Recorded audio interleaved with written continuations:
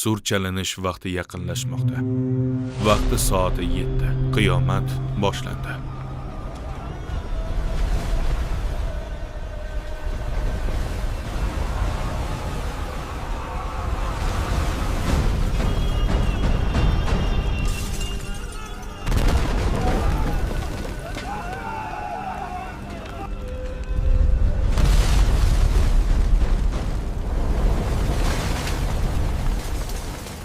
Endi dunyo va butun olamning o'lim vaqti yetdi.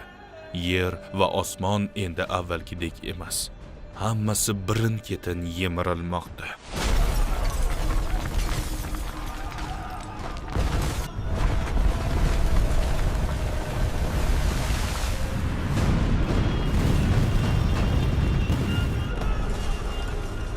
Odamlar nima qilishni bilmay, hayrat bilan bir-biriga qarashmoqda. Butunlay shokka tushgan holda sodir bo'layotganlarni tushunishga ojiz qolishdi. Bu hech qanday zilzilaga o'xshamaydi.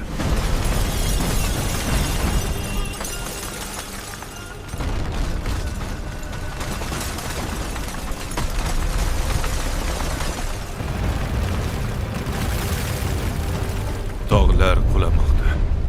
Dengizlar esa toshmoqda.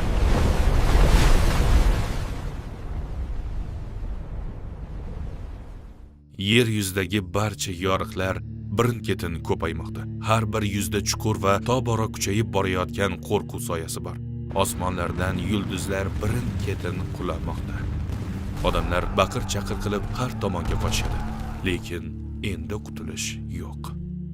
Chunki sinov vaqti oxiriga yetdi. Jamiki odamlar birin-ketin yiqilib o'lib ketishadi. Do'stlar, Qur'on oyatlari orqali bu kunda nimalar bo'lishini bosqichma-bosqich davom ettiramiz. Dunyoning oxiri sur deb ataladigan karnay chalinishidan boshlanadi.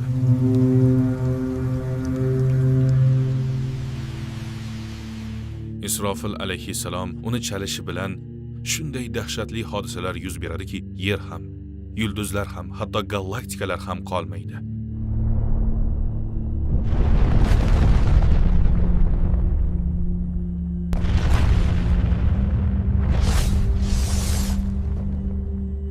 Qur'on bu manzarani quyidagicha tasvirlaydi. Agar dudga birgina puflansa va yer va tog'lar ko'tarilib bir martagina silkitilsa, bas o'sha kunda voqea bo'libdir. Va osmon parchalansa, bas o'sha kunda u osmon beholdir. O'sha kunning dahshati boshqa ko'plab oyatlarda ham batafsil aytiladi.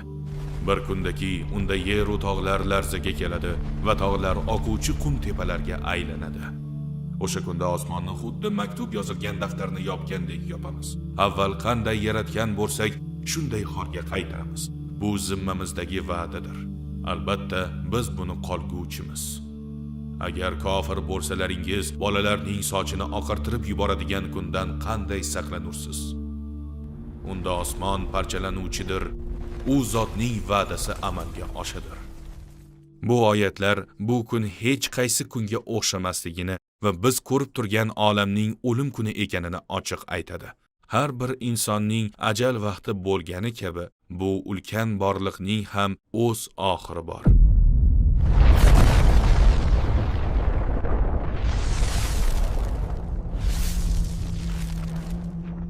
Yana bir oyatda oxirgi kun kelayotganini ko'rsatadigan hodisalar mana bunday bayon qilinadi. Vaqtki quyoshni buklab o'ralsa va vaqtki yulduzlar uzilib tushib, sochilib ketsa va vaqtki tog'lar joyidan ko'chirilsa va vaqtki homilasiga 10 oy to'lgan tuyalar qarovsiz qolsa va vaqtki vahshiy hayvonlar bir joyga to'plansa va vaqtki dengizlar alanga olib yotsa, endi na osmon o'z joyida, na yer o'z holatida qoladi.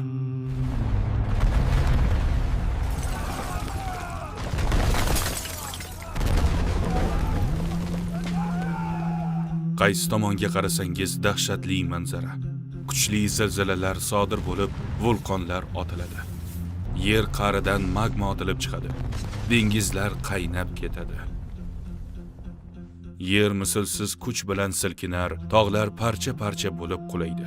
Dengizlar bir-biriga qo'shilib, ulkan cheksiz okeanga aylanadi.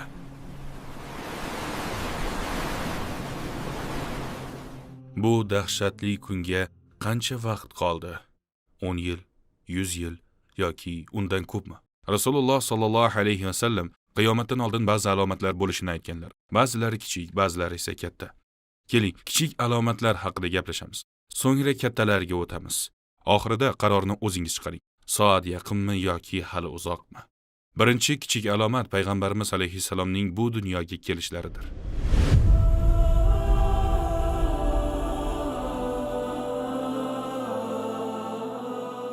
Chunki u zot Alloh yuborgan oxirgi payg'ambar edilar. Ko'plab manbalarda bu kichik alomatlarning boshlanishi sifatida qaraladi. Dunyo deb atalgan bu maktabning eng oxirgi ustozlari kelib ketdilar. Demak, bitiruv kuni ham uzoq bo'lmasa kerak. Qur'onning odamlar hayotida ahamiyatini yo'qotish ham bir alomatdir.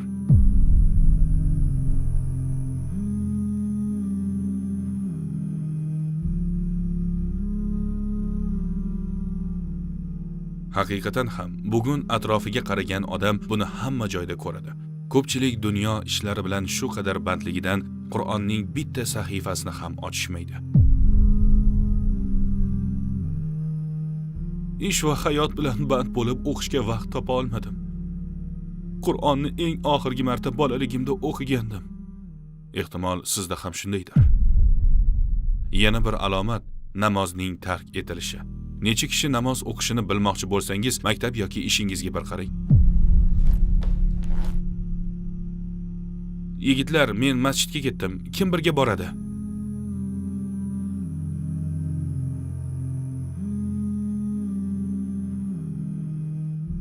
Qiyomat yaqinlashgani sari namoz o'qiydiganlar soni kamayib boradi. Masjidlar haddan tashqari bezatilib, ibodatlar e'tibordan qolishi ham bir alomat.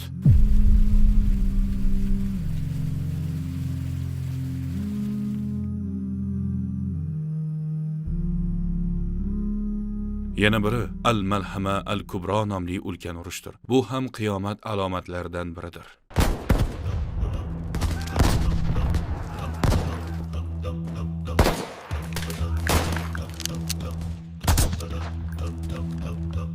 Ushbu urush qaysi urushga taalluqliligi borasida olimlar turli fikrda.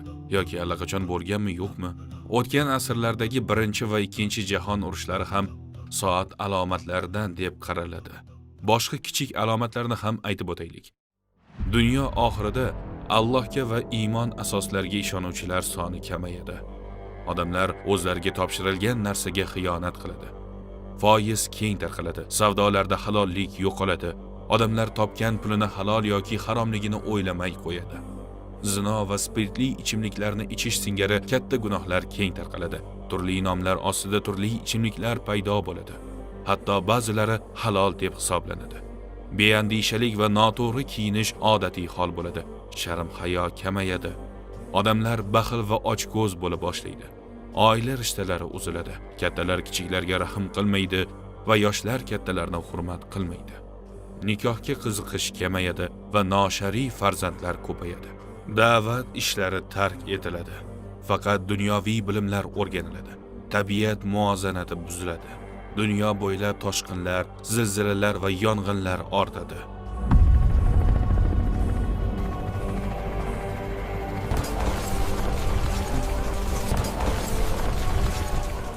Tabiiy boyliklar tugaydi. Qotilliklar ko'payadi.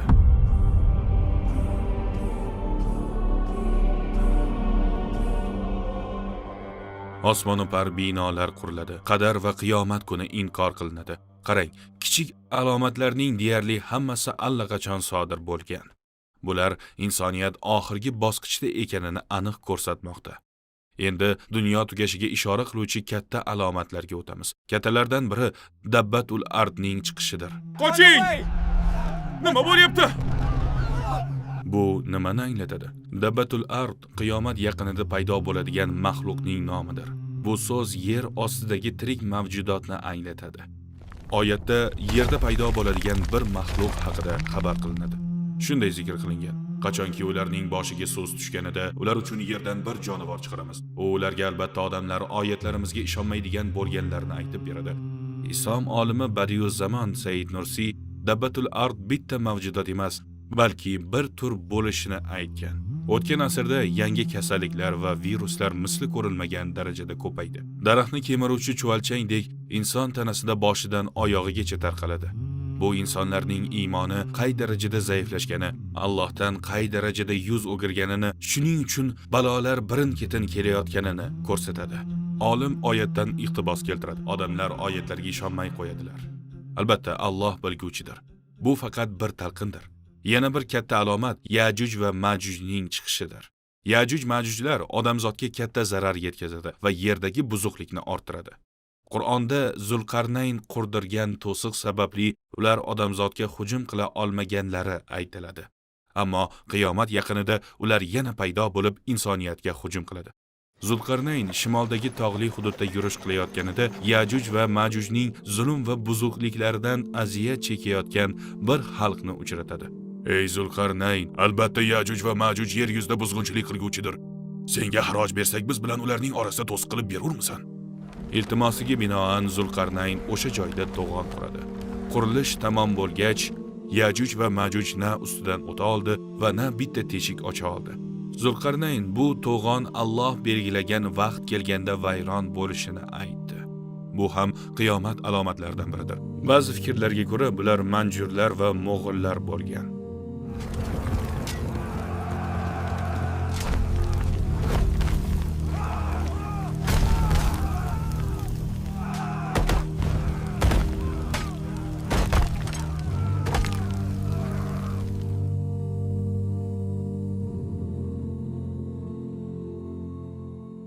Asrlar o'tgach, ularning avlodlari yana oxir zamonda insoniyatga o'z ajdodlari kabi zulm qilishadi. Albatta, Alloh bilguvchidir. Yana bir alomat Dajjolning chiqishidir. Rivoyatlarda Dajjolning chiqishi dunyodagi eng dahshatli voqealardan biri sifatida tasvirlanadi. Hadislarda Dajjol yolg'onchi, yomonni yaxshi, yaxshini yomon ko'rsatadigan soxta yetakchi sifatida ta'riflanadi. Bir hadisda ularning soni 30 nafar bo'lishi aytilgan. Ulardan qiyomatda chiqadigan 2 dajjolning o'rni alohida bo'ladi. Ulardan biri ulkan dajjol bo'lsa, ikkinchisi musulmonlar orasidan chiqadigan Sufyoniy bo'ladi. Rivoyatlarga ko'ra, Sufyoniy islomni buzishga urinadi va odamlarga kufr va haromni tarqatib, abadiy hayotlarini barbod qilishga urinadi.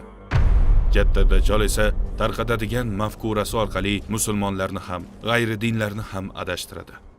Yana bir alomat payg'ambarimiz alayhissalomning naslidan bo'lgan Mahdiyning kelishidir.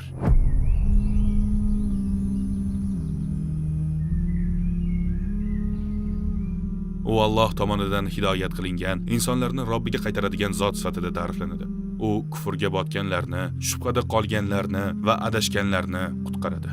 Ularni zulmatdan, Dajjol va Sufyoniy xavfidan najot qiladi. Eng buyuk alomatlardan yana biri Isa alayhissalomning osmondan tushishidir.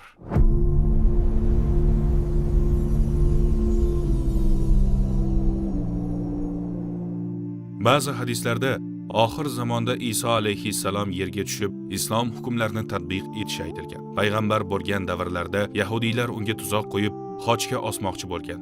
Lekin Alloh uni osmonga ko'tarib, uni saqlab qoldi. Mahdiy paydo bo'lganidan so'ng Isa alayhissalom adolatli hukmdor sifatida osmondan tushadi.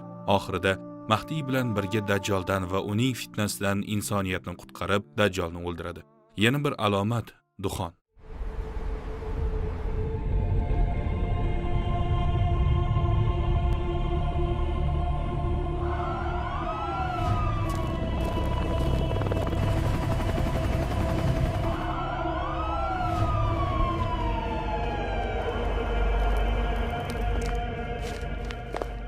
Duxon tutun degani.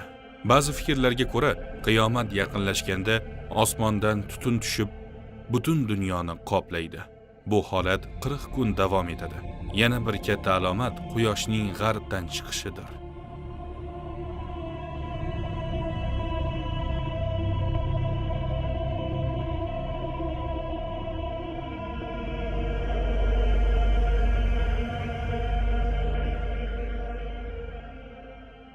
Bu sodir bo'lganda odamlar oxir dunyo kelganini aniq tushunishadi. Ammo o'sha paytda tavba va imtihon eshigi yopiladi. O'sha vaqtdagi tavba foyda bermaydi. Bu barcha alomatlarning eng yaqqolidir. Bu alomatlarning barchasi qiyomat juda yaqinlashganini bildiradi. Lekin ko'pincha bir narsani unutamiz. Bir odamning qiyomati uning o'limidir.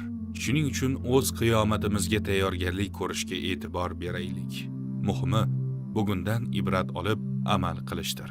Rabbimiz oyatida shunday deydi: ular qiyomat soatining birdan kelishidan boshqa narsaga intizor bo'lishayotgani yo'q. Darvoqe alomatlari kelib ham qoldi. Agar u kelib qolsa, ular qayerdan eslatma olurlar? Bu video sizga yetib kelgan bo'lsa, bejiz emasligiga ishonavering.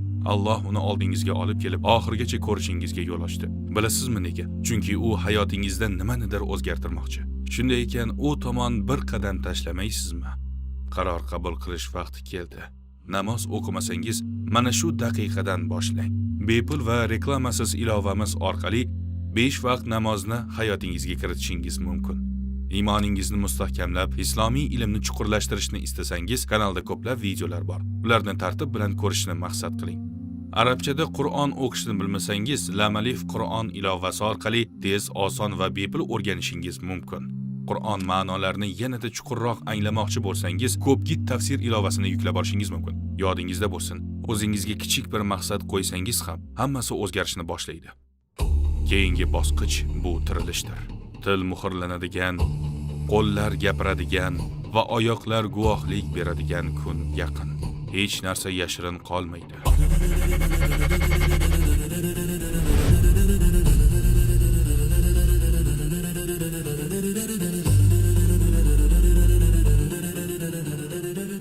Barcha insonlar qiyomat kuni tiriladi va juda og'ir bir davr boshlanadi. O'sha kunda bizni nima kutmoqda? Buni 3-qismda bilib olasiz. Qiyomat kuni 3-qismda ko'rishguncha.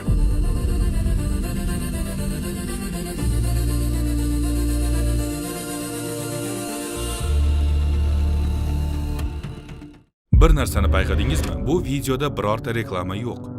Towards Eternity notijorat tashkilot bo'lgani uchun videolarni faqat yordamingiz bilan tayyorlaymiz. Savobli ishga hissa qo'shishni istasangiz, Towards Eternity'ga ehson qilib, ushbu oltin imkoniyatni qo'ldan boy bermang.